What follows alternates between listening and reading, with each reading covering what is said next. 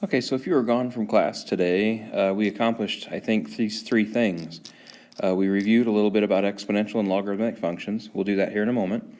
We'll do a little math exploration with logarithms here with our calculator in a moment.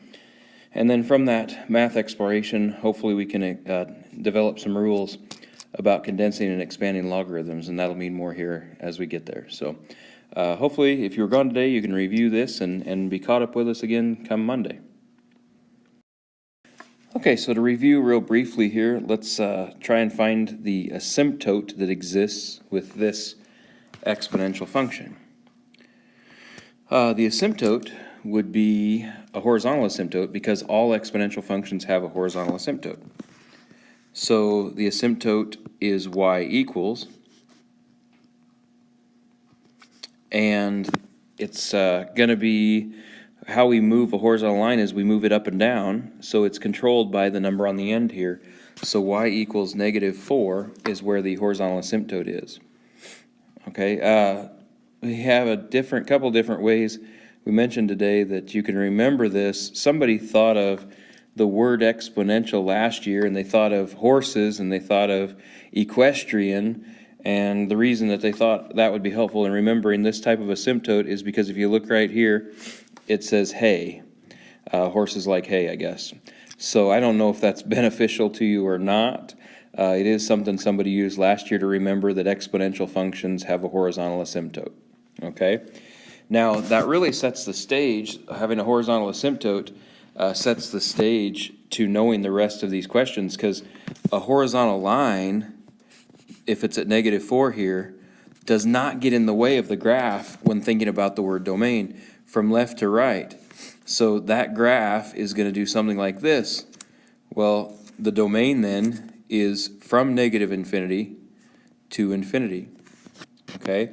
But what that horizontal line does get in the way of is it gets in the way of the range. Okay? It gets in the way of looking up and down. So if you look at this graph and you're asked to read where the graph is from bottom to top, it must start at -4 and go to infinity. So the range is -4 to infinity. Okay, the x-intercept.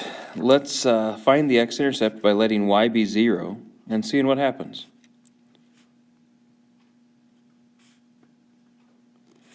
Okay, so the first thing you might think of getting the x by itself is you might think we probably should add 4, and you'd be correct in saying that. So now we get 4 equals 2 to the x plus 3. And now you can stare at this. A lot of people would stare at this for a while and say, how am I supposed to take the next algebra step? And people kind of result into finding or trying to look for the answer, like just try numbers. And you can do that here because you can actually see that I would want to raise 2 to the second to get 4, so x itself would have to be -1. But I don't really like that approach. I'm going to say, well, when you sit and stare at an exponential, realize that if you write it as a logarithm, you may have a chance to solve it. So this exponential written as a logarithm would look something like this.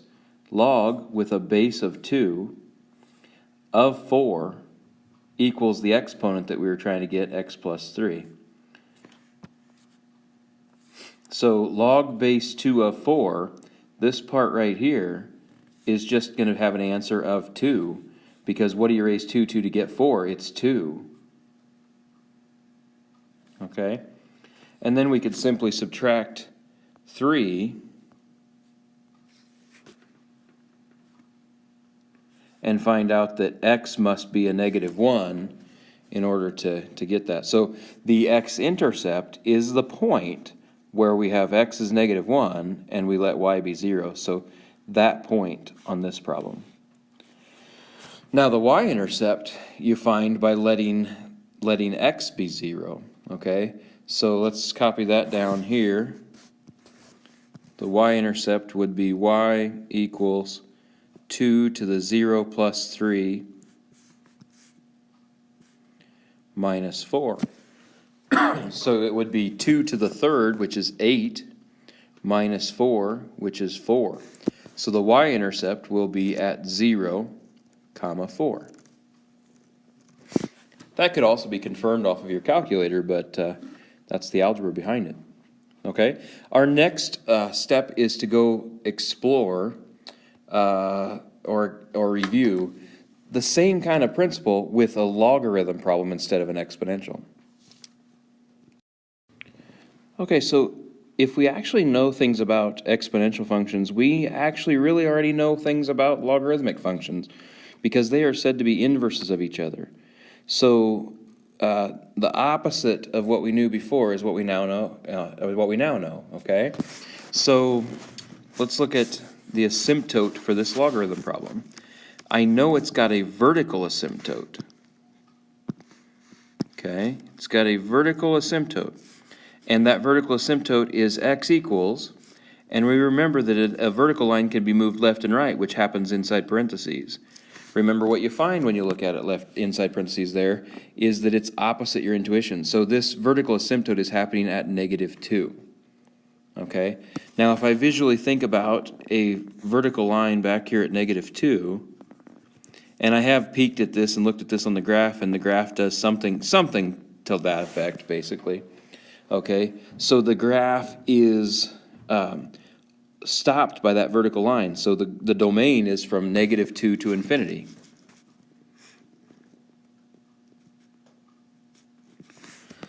And the range is not stopped by a vertical line. If you think about range and you're looking for where there's graph here, that vertical line does not get in the way of traveling from bottom to top. So the range of any logarithmic function is -infinity to infinity. The x-intercept, let's try and find that with the plan that we've used in the past, and that is to let y be 0.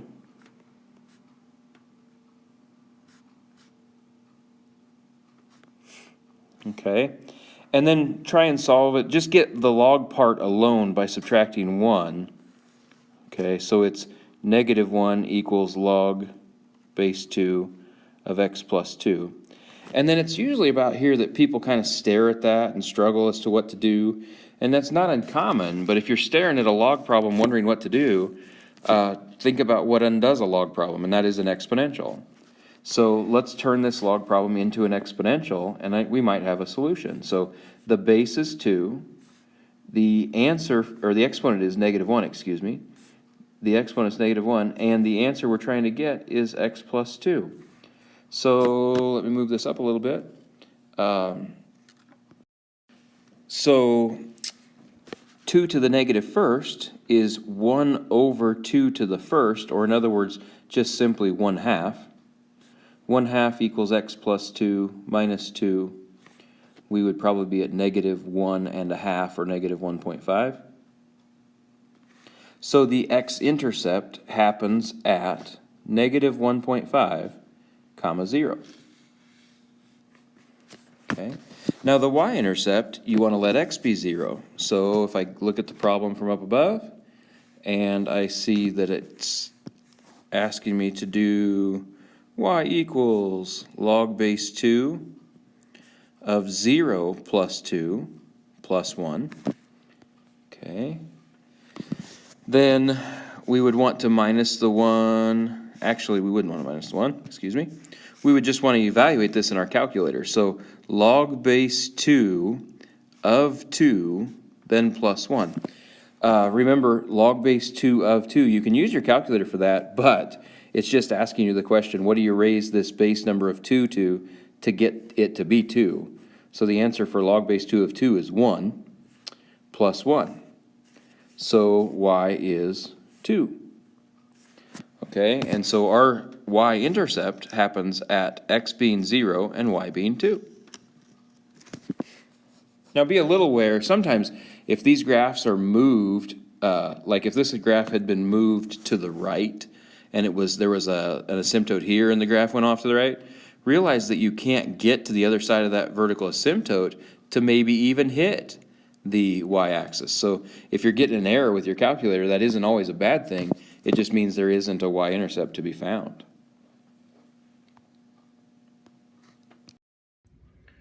Okay, so let's see if we can build an understanding of some logarithmic rules here. Let's find the log of 4 plus the log of 3. Now, I'm not so concerned about what the answer is there, but maybe there's a faster way to get the log of 4 plus the log of 3. Let's find the log of 12. Huh, it's the same thing. So, I wonder if that's always true. Let's do another one. Log of, I'll clear that off.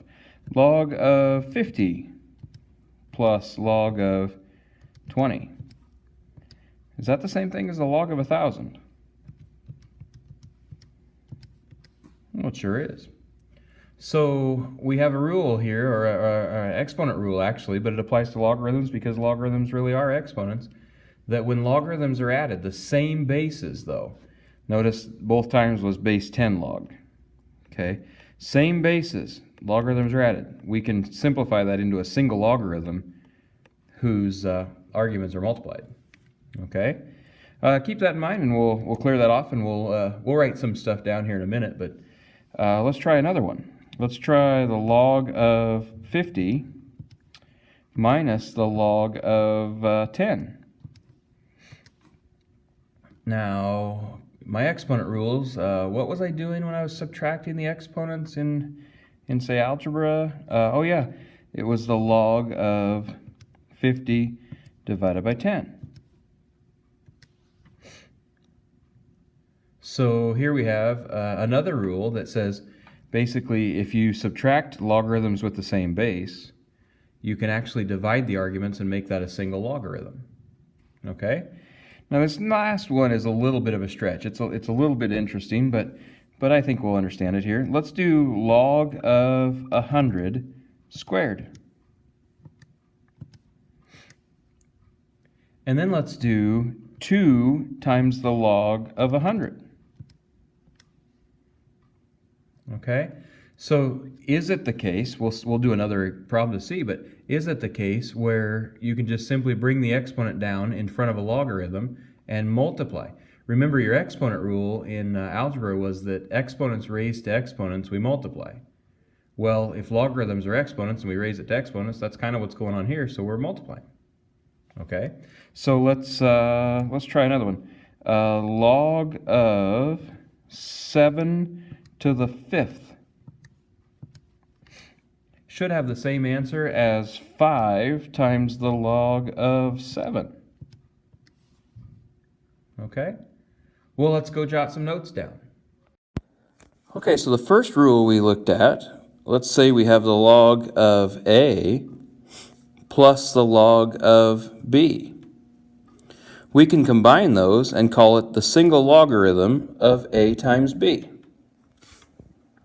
The second rule we looked at was the log of A minus the log of B. So we can combine those and call it a single logarithm of log of A divided by B. And the final rule we looked at was log of A raised to the B. We are allowed to bring the B down in front of a logarithm and write it as B times the log of A. Those 3 rules will become helpful in your assignment from today. Okay, I'm just going to real quick do a problem here from maybe each section so that you get an idea of what was going on today. It says to evaluate the log base 3 of 14. So the question is asking, what do you raise 3 to get 14?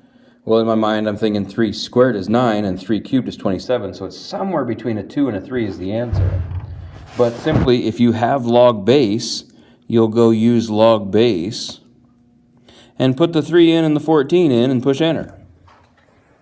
If you don't have log base, you have to do it the old-fashioned way by doing log of 14 divided by log of 3 to get the answer.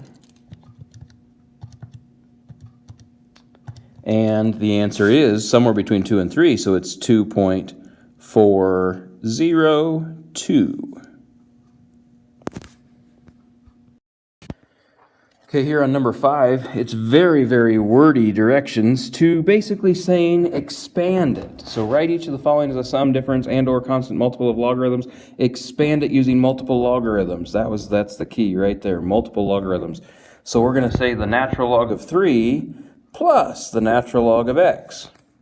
And we're good with that. And then on part B, we might say the natural log of x minus the natural log of 3.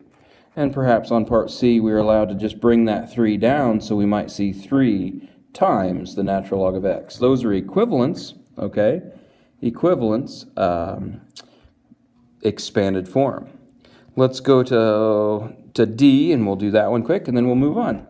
So D, it would be the natural log of 4 plus the natural log of x to the 5th.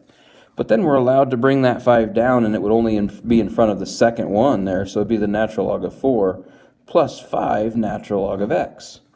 That would be the expanded form. Okay, on 7 here, and 7, 8, and 9, so on and so forth, we're asked to write each of the following as the logarithm of a single quantity. So we want to condense it down to a single logarithm.